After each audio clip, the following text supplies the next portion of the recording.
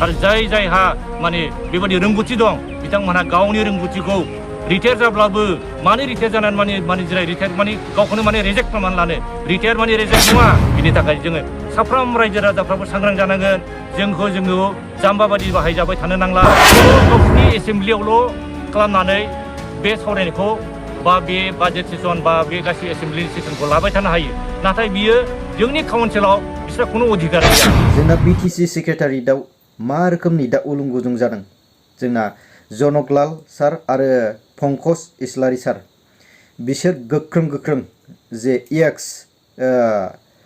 ICS आरो ल वारनि जे बिसोर गासैबो आयेनखौनो मिथिजोबखायो दा जोंनि बिटिसि जे सेक्रेटारियेटआव बिजेपिआ दा मामाया जोंनि बिटिसिखौ सिक्स सिडिउलखौ सिफायफैनायनि मोनसे सम्भाबना अब्ला सोरबा एमपि सोरबा एमएलए बा सोरबा इएमजिएमबाबो बे जोंनि बर' रायजो राजानि बिटिसिखौ जुदि सेरखाय बेरखाय खालामना जा बे गनाय नङा रायजोफोर नोंथांमोना बिदिखौ नायलांगोन गोजोननाय थाबाय दिनै गासै रायजो राजानिसिम दिनैहाय जों खोनानो मोनगासिनो दं बा रायजो राजा नोंथांमोनहा मिथिगासिनो दं जे बिटिसि एसेम्ब्लियाव स्टेट एसेम्ब्लि बाजेट सेसनखौ फैगौ फेब्रुवारिनि 17 तारिखनिफ्राय जोंनि बे बिटिसि एसेम्ब्लियाव हलावनो खालामगोन होननानै लाहार फाहार खालामगासिनो दं जों मिन्थिनो मोन्दों आरो गोबां बावहाय थाखा फैसा खरस खालामनानै रुम बानायगासिनो दं 126टा सिट बानायगासिनो दं एमएलएफोरनि बेवहाय जोंनि बुंनांगौ बा जोंनि साननाया बेल' जे स्टेटखौ कन्स्टिटिउसन मथे स्टेटआवनो स्टेट एसेम्ब्लियावनो एमएलएफ्रा मिनिस्टारफ्रा जनानै बेयाव स्टेट एसेम्ब्लियाव आयेनखौ पास खालामो बा बिलफोरखौ पास खालामो आरो बेवहायनो सावरायनाय जायो बे बिटिसि एसेम्ब्लियाव आर्टिकल 244(2) बेजों बिटिसि सेक्रेटारिया दाजानाय बेवहाय जोंनि काउन्सिलनि मेम्बारफ्राल' बेवहाय जों कनफाइन जानानै बेवहायल' जोङो रायलायनाय आरो बेवहाय स्टेट एसेम्ब्लिया जायो आर्टिकल 168 बे आर्टिकल 168आ खुनु गावसिनि एसेम्ब्लियावल' खालामनानै बे सावरायनायखौ बा बे बाजेट सेसन बा बे गासै एसेम्ब्लिनि सेसनखौ लाबाय थानो हायो नाथाय बियो जोंनि काउन्सिलाव बिसोरहा खुनु अधिकार गैया बे एकर्डिं टु हिस आर्टिकल बिसोर जेबो बेबायदि बाहायफैनो हानाय बेबायदि बेवहाय मोन्थाय गैया आरो पार्लियामेन्टआ जादों इन्डियान कन्स्टिटिउसन पार्लियामेन्टआव कन्स्टिटिउसन एक्ट आर्टिकल 78 अनुजायै दिल्लीयाव पार्लियामेन्टआव बसायजानाय दिल्ली पार्लियामेन्ट बसायजानाया दिल्लीनि पार्लियामेन्टखौ खुनु स्टेटआव लाबोनानै स्टेट एसेम्ब्लियाव जिरायनाय स्टेट एसेम्ब्लियाव बाजेट सेसन खालामनाय बे खुनु रुल्स गैया दा दिनै जोंनि बिटिसिआव खालामफैनायनि उद्देश्यखौ जोङो बुजिनो मोनाखै बा जोंनि बुजिनाया बेबायदिसो जे जोंनि बिटिसि सिक्स सिडिउलखौ एज पार कन्स्टिटिउसननि रुलखौ ब्रेक खालामनानैबाबो बिसोरो जोंनि बिटिसिआव खालामफैनायनि खारना बेनो आरो बेजों मोनसे बे जे हय बिटिसि एसेम्ब्लिखौ डेभेलप खालामनो मोजांसिन खालामनो बा रिनिउवेसन खालामदों होनोब्ला बेवहाय जोंहा जेबो बुंनांगौ गैया नाथाय 126टा सिटखौ पार्मानेन्टलि बानायनानै चिफ मिनिस्टारनि खथा बानायलायनाया बे माब्रै बे जाहैबाय मा जोंनि सिक्स सिडिउलखौ सिफायनानै बिसोरो पार्मानेन्टलि बावहाय जों जिरायफैनायनि बे इसाराखौ नुनो मोन्दों मानो होनबा दासिम गासिबो खामानिफोरखौ स्टेटनि अनुजायैसो खामानिखौ मावगासिनो थानायखौ जों नुनो मोन्दों आरो जुदि बेबायदि जायोब्ला जोंनि सिक्स सिडिउल बिटिसि एसेम्ब्लियानो थानाय नङा दा होननो हागौ बेवहाय जोङो मानसिफ्रा दुगा जानो हागौ जोङो एसेम्ब्लिखौनो बेवहाय खुंफैलायनो हाबाय जों स्टेट मोननायनि समान जाबाय जों स्टेटखौनो सालायनो हासै बे नङा रायजोफोर बियो सानसेल' खुंफैगोन आरो बेबो खोथा नङा बे सानसेल' खुंनाया बे टेस्ट खालामफैनाय बे आनजाद नायफैनाय बावहाय जुदि रावबो जेबो बुङाब्ला रावबो जुदि अपोज गैयाब्ला बा अबजेक्सन गैयाब्ला बा जेबो उसुबिदा फिल खालामाखै होननानै बुङोब्ला बे स्टेटखौ बाहाय खालामफैगोन मानसिफ्रा कम्पेयार खालामदों नंगौ गुबुन स्टेट बा गोदो दंमोन बे सामार केपिटेल उइन्टार केपिटेल बेखौ बुथुलायनाय खिन्थु जोंनि गुवाहाटीनिफ्राय क'क्राझारसिमाव बेसे गोजान 3 घन्टानि गेजेराव जों थांलाय फैलाय खालामनो हायो आरो बेहाय वेदारनि खुनु चेन्ज गैया बे एखे दा दस्रा एसेमब्लि खालामफैथों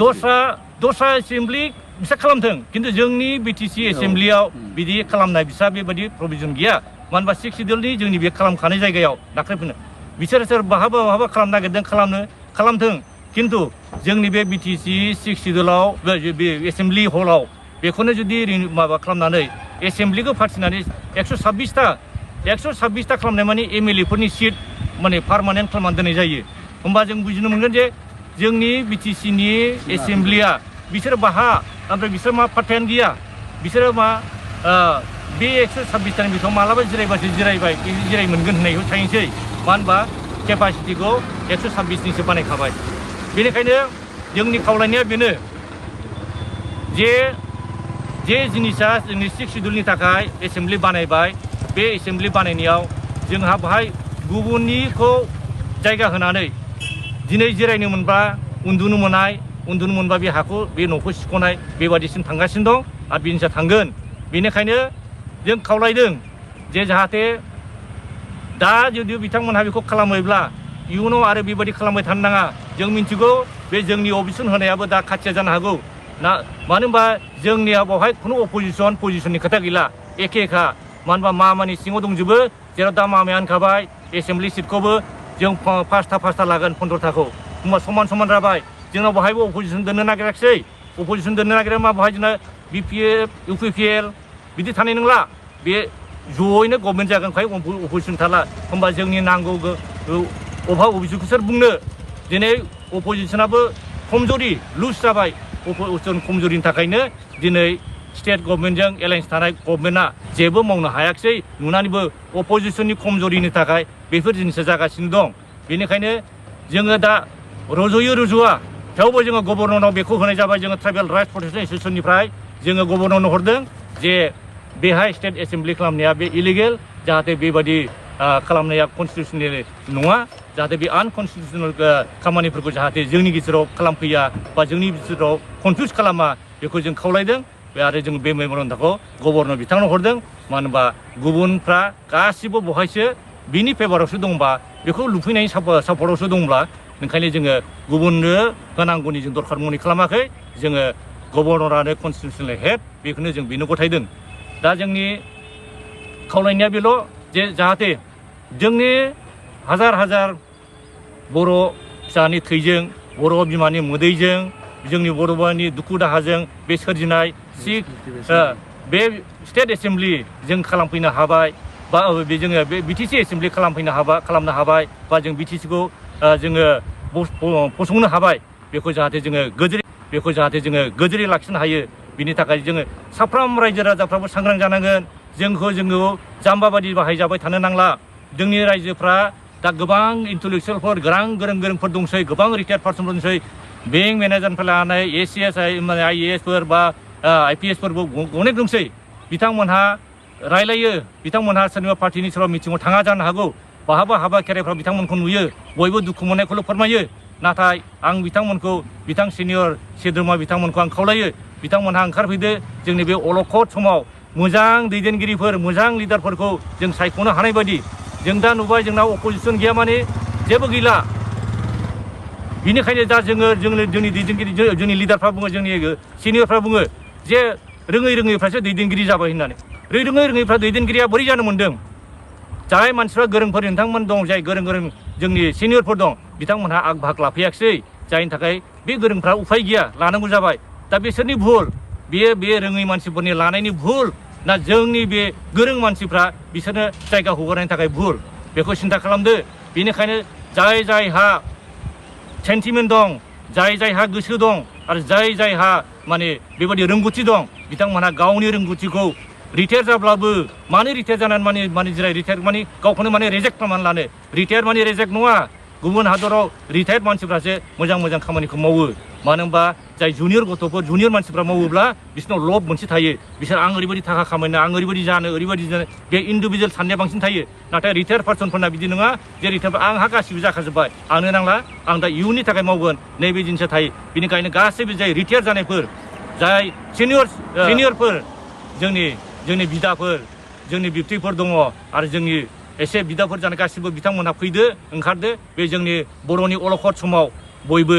जानजि खाफ्रानायजों एसे मदद होफैलायदो बेखिनिखौ आं खावलायबाय आरो गासै रायजो राजानिफ्राय आंनि खुलुमनायखौ जासिहरनाय एसेयावनो फोजोबबाय। रायजोफोर दा नुबायना जोंनि BTC आव अलखद जानायनि सम्भाबना सफैबाय। अब्ला नोंथांमोना दा मा सानो बै जेसेबांनाखि एक्स रिटायारफोर जे मोजां एक्स रिटायार साख्रि रिटायार जानानै थानाय एक्स आर्मिफोर बिसोर लोगो लादो बै माखासे जे गोदाव सोराव रोङै आरो सापस ओरैनो पलिटिकेलाव देरहानानै MP MLA फोर जानायफोरबाबो जाय MP MLA फोर जादोंबाबो बिसोरबो आयेननिफ्राय गनाय नङा। बिसोरबो सोरबा MLA बाबो बिसोर MP बाबो बिसोरबाबो सानसे आयेनजों खाजागोन। अब्ला जोंनि BTC खौ जोंनि बर'नि थैजों बर' बिमानि थैनायनि सोरनिबा बिदाया गावथार जाबाय सोरनिबा बिमाया गावथार जाबाय बेजोंसो जोंनि BTC फिसा लाबोनायखौ जोंनि BTC खौ सेरखाय बेरखाय खालामनो नाजादों। दा अब्लाफोर रायजोफोर सांग्रां जा दा जोंनि BTC आव अलखदा सफैमारबाय। अब्ला जोंनि बै सान्थि सुक्तिया मा जाखो रायजोफोर नोंथांमोनहा निस्सय बे भिडिअनि सायाव बुजिदोंब्ला जुदि बे भिडिअआव नोंथांमोनहा जुदि बुजिनो हादोंबा भिडिअखौ शेयार खालामना हो जाहाथे जोंनि बर' रायजो राजाफ्रा गासैबो सांग्रां जादो। रायजोफोर जोंनि BTC आ बायनो थांगासिनो दङ। मा रोखोमाव जोंनि BTC बर'नि जे बर'नि थैजों जे बायनानै मोननाय गोबां बर' बिमानि जिनाहारि जानांनाय आरो बर' आइजोफोरनि जे गाबनानै सोरनिबा फिसाया थैबाय सोरनिबा फिसाया थैबाय बेजोंसो जोंनि BTC खौ दखरसे BTC खौ मोननायखौ जोंनि BTC खौ सिफायनो नाजागासिनो दङ। सांग्रां जा BTC नि बर' रायजो राजाफोर आरो सांग्रां जा बै एक्स जेसेबांनाखि साख्रि मावनानै मोजां आवगोलनि जे रिटायार साख्रि मावनानै थांनायफोर जे ल' फरायनानै थांनायफोर बैसोर सारमोनहा गासैबो जाखांफिनजोबनांसिगौ ओंखारफिनजोबनांसिगौ। रायजोफोर ओंखायनो आं खावलायबाय बे भिडिअखौ शेयार खालामना हो।